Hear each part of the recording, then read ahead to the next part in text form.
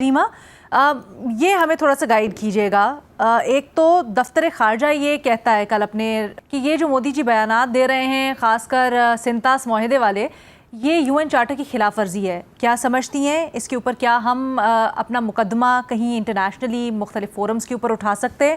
اور یہ جو تقاریر ہیں، کیا یہ مودی اپنا مقدمہ خود ہی کمزور کر رہے ہیں اور ان کو بھی لے کے جایا جا سکتا ہے کہیں انٹرنیشنلی؟ جی شکریہ لینا.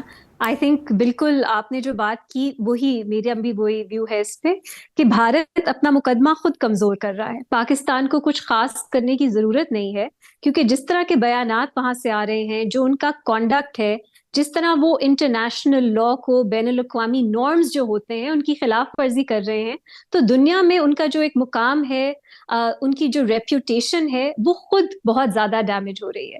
اور جو میری بات چیت ہوتی ہے مختلف خاص طور پہ اقوام متحدہ کے انسانی حقوق سے جڑے انسٹیٹیوشن سے، وہ سب بہت پریشان ہیں. اور بھارت کی جو ایک وقت میں گڈ ول ہوتی تھی، وہ بہت زیادہ ریڈیوس ہو رہی ہے، افیکٹ ہو رہی ہے. تو انڈس واٹر ٹریٹی تو لینا ایک سمپل سی چیز ہے، آپ یونیلیٹرلی ایک پارٹی خود سے اس کو سسپینڈ نہیں کر سکتی.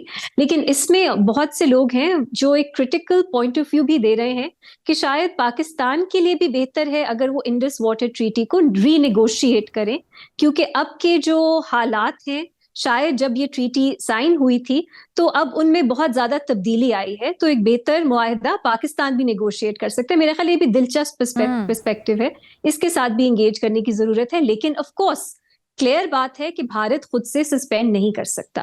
دوسرا، بھارت کا ایک موقف ہے کہ یو این سیکیورٹی کاؤنسل کی ریزولوشنز شملہ معاہدے کے بعد ان افیکٹو ہو گئی ہیں.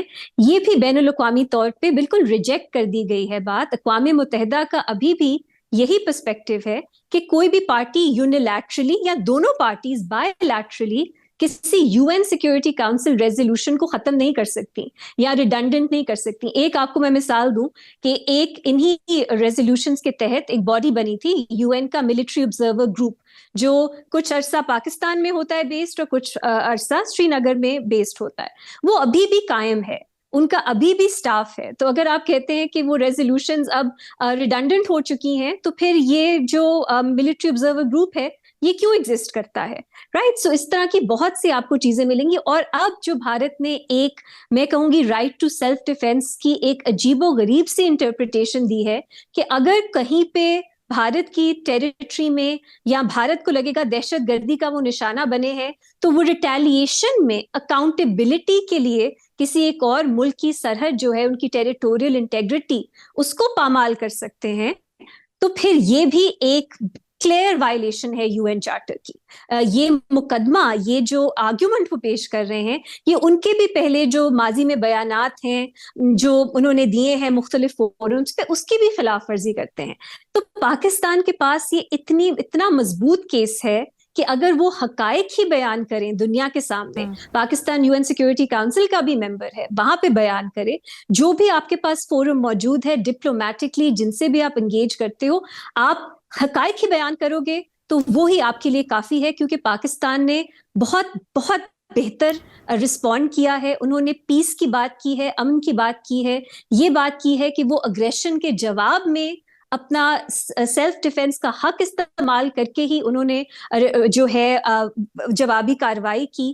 اور انہوں نے ابھی تک بین الاقوامی سطح پہ وہ ایک پاپولسٹ ٹینڈنسی ہوتی ہے نا آپ کی، کہ جس زبان میں کوئی اور آپ سے بات کر رہا ہے آپ بھی ان کو منہ توڑ جواب دیں، آپ اسی زبان میں بات کریں. پاکستان نے اب تک یہ نہیں کیا. پاکستان کی جو زبان رہی ہے وہ ڈپلومیٹک رہی ہے، وہ پارلیمانی رہی ہے، وہ فیکٹس پہ مبنی رہی ہے. تو میرا خیال ہے یہ ہماری سب سے بڑی اسٹرینتھ ہے اس وقت. اور مجھے امید ہے کہ اسی طرح ہم آگے بھی بڑھیں گے، کیونکہ اس کا جو ایک پاور ہے وہ ایک ریٹوریکل بیان بازی سے بہت زیادہ ہے. تو مجھے امید ہے پاکستان بھی پاپولزم، وہ جو ایک ہے نا کہ اپنے لوگوں کو، گیلری کو پلیز کرنے کے لیے اسی طرح انہی الفاظ میں آپ بات کرو، اسی طرح آپ نیم کالنگ کرو، پاکستان کو اس کی ضرورت ہی نہیں ہے. یہ سب بھارت خود اپنے لیے کر رہا ہے، پاکستان کو صرف اب حقائق بیان کرنے. تو میں یہ کہوں گی کہ جو پاکستان کر رہا ہے وہی کرتا رہے. بہت اچھا جواب دے رہے ہیں اور یہی دینا چاہیے. اچھا، آپ نے درمیان میں ایک بہت دلچسپ بات کی ہے کہ پاکستان کے لیے بھی بہتر ہے کہ اگر سنتاس معاہدے کو ریوزٹ کیا جائے.